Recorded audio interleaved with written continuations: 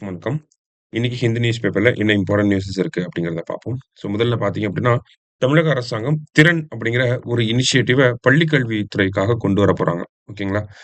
நமக்கு 1லிருந்து 5ஆம் வகுப்பு படிக்கக்கூடிய மாணவர்களுக்கு பார்த்தீங்கன்னா, அவங்களுடைய எஜுகேஷன்ல இருக்கக்கூடிய கேப்ஸ அட்ரஸ் பண்றதுக்காக நம்ம எண்ணும், எழுத்தும் அப்படிங்கிற திட்டம் வச்சிருக்கோம். இல்லைங்களா? எண்ணும், எழுத்தும் அப்படிங்கிற திட்டம். அத தாண்டி நமக்கு 5ஆம் வகுப்பு முடிச்சுட்டு வரக்கூடிய மாணவர்கள் மத்தியிலயும் பார்த்தீங்கன்னா, அந்த லேர்னிங் கேப் அப்படிங்கிறது இருக்க தான் செய்யுது. ஓகேங்களா? அந்த 6வது படிக்கிறாங்க, 7வது படிக்கிறாங்க அப்படின்னா, அந்த ஸ்டாண்டர்டுக்குன்னு உண்டான ஒரு எஜுகேஷனல் லெவல் அப்படிங்கிறது இருக்கணும். இல்லையா? அந்த மாதிரி எஜுகேஷனல் லெவல் இல்லாம நெறைய பேர் இருக்காங்க அப்படிங்கிறத ரீசென்ட்டா நம்ம தமிழக அரசாங்கம் எடுத்த சர்வேல, ஏசர் ரிப்போர்ட்ல இந்த மாதிரியான பல ரிப்போர்ட்ஸ்ல நம்மளால பார்க்க முடிஞ்சுது. அதனால அரசாங்கம் என்ன பண்றாங்க அப்படின்னா, 6 முதல் 8ஆம் வகுப்பு படிக்கக்கூடிய மாணவர்களுக்கும், அதுல இருக்கக்கூடிய அந்த எஜுகேஷனல் லெவல அட்டைன் பண்ணாத ஒரு சில மாணவர்கள்லாம் இருப்பாங்க இல்லையா?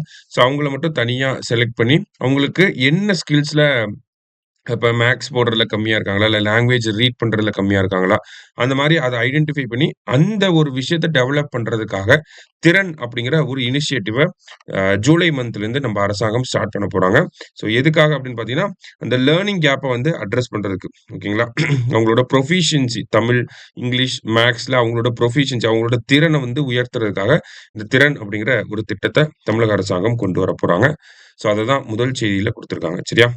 அடுத்ததா பார்த்தீங்க அப்படின்னா, நமக்கு நேத்து மே 31 பார்த்தீங்கன்னா, வேர்ல்ட் நோ டொபாக்கோ டே அப்படின்னு சொல்லுவாங்க. மே 31 ஆ அந்த நோ டொபாக்கோ டே அப்படின்னு சொல்லுவாங்க. அது ரிலேட்டடா பார்த்தீங்கன்னா, இந்தியாவுல ஏதாவது சட்டங்கள் இருக்கா? அந்த சிகரெட்ஸ்லாம் கண்ட்ரோல் பண்றதுக்கு அப்படின்னு பார்த்தீங்கன்னா, ஒரு சட்டம் இருக்கு. Cigarette and other tobacco products act COTPA அப்படின்னு சொல்லுவாங்க. ஓகேங்களா? Cigarette and other tobacco products act எப்போ வந்திருக்கும் அப்படின்னா 2003ல வந்திருக்கும். சரிங்களா?